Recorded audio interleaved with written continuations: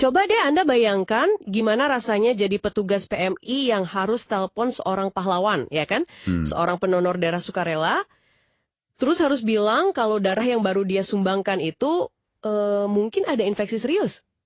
Itu momen yang sulit sekali pasti. Sulit banget.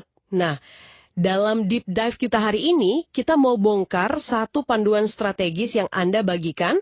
Panduan ini dirancang khusus untuk mengubah momen traumatis itu jadi, ya, proses yang lebih manusiawi. Tepat sekali. Ini bukan lagi soal prosedur medis semata, tapi lebih ke psikologi komunikasi di saat-saat paling rentan. Oke. Jadi, sumber yang kita bedah ini intinya adalah peta jalan untuk melindungi kesehatan mental si pendonor. Tujuannya bukan cuma ngasih info, tapi memastikan mereka nggak berasa sendirian. Atau dihakimi mungkin ya? Betul. Dan ini menunjukkan gimana komunikasi yang tepat itu bisa menyelamatkan lebih dari satu nyawa. Oke, mari kita bongkar ini. Jadi panduan ini mengadaptasi protokol medis yang namanya SPIKES. Iya, itu singkatan. Setting, Perception, Invitation, Knowledge, Empathy, dan Strategi. Nah, sumber kita ini fokusnya di dua langkah yang paling menentukan. K untuk knowledge dan E untuk empathy. Kita mulai dari K dulu. Katanya ada skrip emas ya. Benar. Dan skrip ini dirancang dengan sangat cerdas buat langsung membingkai ulang situasinya. Gimana tuh contohnya? Jadi coba bayangkan petugasnya telepon dan bilang begini. Selamat pagi Bapak, hasil uji saring darah Anda menunjukkan hasil reaktif. Wah, itu langsung bikin deg-degan. Nah, disinilah kuncinya. Dia langsung lanjut. Tapi mohon jangan panik. Ini belum tentu berarti positif HIV. Alat kami di PMI sengaja dibuat sangat sensitif dan sering bereaksi pada hal lain, kayak bekas vaksin atau flu. Oh, oke. Reaktif palsu. Tugas kita bersama sekarang adalah memastikan status kesehatan Anda yang sebenarnya lewat tes konfirmasi. Wow, satu rangkaian kalimat itu langsung mengubah segalanya ya. Dari yang tadinya terdengar kayak horor jadi, cuma masalah logistik medis. Persis. Dan kata tugas kita bersama itu terasa kolaboratif banget, bukan kayak vonis sepihak. Tepat, itu pergeseran psikologis yang krusial. Konsep reaktif palsu itu langsung menanamkan keraguan pada skenario terburuk. Dan ya, memberi harapan yang rasional. Tapi kan kata-kata aja nggak cukup, betul? Nggak akan cukup. Anda bisa punya skrip terbaik sedunia, tapi kalau nadanya salah ya hancur semua. Bener juga. Makanya langkah E untuk empati jadi penting. Apa kata sumber kita soal ini? Hindari klise, katanya. Betul sekali. Sumber ini menekankan banget, jangan pakai kalimat klise kayak, sabar ya, atau jangan terlalu dipikirkan. Itu malah bisa terasa meremehkan. Terus harusnya gimana? Sebaliknya, validasi perasaan mereka. Coba bilang sesuatu kayak, saya bisa bayangkan Anda kaget dan khawatir dengar ini. Reaksi Anda sangat wajar. Itu jauh lebih kuat. Jauh lebih kuat. Karena itu menunjukkan Anda mengakui ketakutan mereka, bukan malah mencoba menolaknya. Oke, ini menarik. Tapi ada detil lain yang bikin saya kaget. Panduan ini sampai membahas perlakuan khusus untuk pendonor dari kalangan berseragam. TNI atau Polri misalnya. Kenapa mereka harus dibedakan? Nah, ini mungkin salah satu bagian paling penting dari sumber kita. Ada dua strategi spesifik. Pertama soal notifikasi pribadi. Maksudnya? Jangan pernah, dalam kondisi apapun, kirim surat fisik ke alamat satuan atau markas.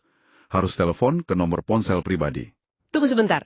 Bukannya alamat markas itu alamat resmi mereka? Kenapa itu jadi begitu berisiko? Pertanyaan bagus. Risikonya ada di stigma dan konsekuensi karir. Di lingkungan yang sangat terstruktur kayak militer, kabar kayak gini kalau sampai bocor, karir seseorang bisa langsung hancur. Oh, bahkan sebelum ada hasil tes konfirmasi. Betul. Makanya, strategi kedua jadi super krusial. Jaminan kerahasiaan ekstra. Petugasnya harus secara lisan bilang kalau PMI itu lembaga independen. Dan tidak akan melapor otomatis ke Dinas Kesehatan Angkatan? Tepat. Jaminan verbal itu jadi benteng kepercayaan tambahan. Sumber kita bahkan bilang jaminan ini penting untuk mencegah tindakan putus asa, kayak desersi atau bahkan bunuh diri? Iya, karena takut karirnya tamat. Disinilah terjadi pergeseran paradigma. Petugas PMI bukan lagi sekedar penjaga gerbang pasokan darah. Tapi mereka jadi pelindung, guardian bagi pendonor itu sendiri. Itu dia. Iya, dan itu mengubah total cara kita mengukur kesuksesan kan? Bukan lagi soal berapa kantong darah, tapi soal menjaga martabat manusia. Persis. Keberhasilan diukur dari berapa banyak pendonor yang bahkan setelah dapat kabar buruk, tetap merasa dihargai dan dilindungi. Jauh. Ada satu hal yang harus kita luruskan dulu. Kata reaktif itu, itu sering banget disalahartikan. Ini bukan berarti positif HIV atau hepatitis. Oke. Jadi itu dua hal yang berbeda ya? Akibatnya, sering banget muncul hasil reaktif palsu. Bisa karena bekas vaksin, infeksi flu ringan, macem-macem. Jadi tanpa komunikasi yang pas, kabar reaktif ini bisa kedengeran kayak vonis mati buat pendonor ya? Tepat. Oke, jadi kalau kita lihat polanya, ini bukan cuma soal SOP teknis ya. Ini lebih ke pergeseran cara pandang. Jadi apa artinya semua ini secara gambaran besar? Betul sekali. Ini tentang mengubah identitas petugas. Dari yang tadinya hanya merasa sebagai penjaga gerbang kualitas darah.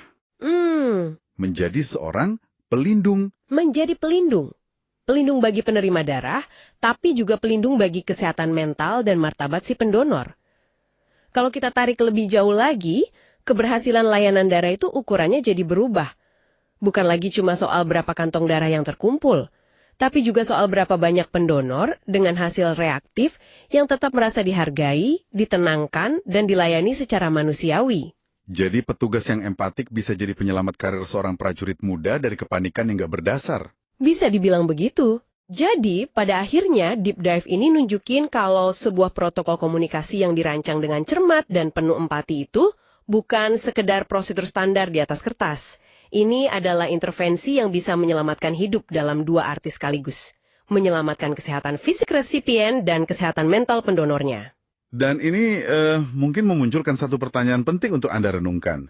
Coba pikirkan, dalam bidang apa lagi, baik dalam pekerjaan atau bahkan kehidupan pribadi Anda, penerapan sebuah protokol komunikasi yang terstruktur dan penuh empati bisa secara radikal mengubah hasil dari sebuah percakapan yang sulit.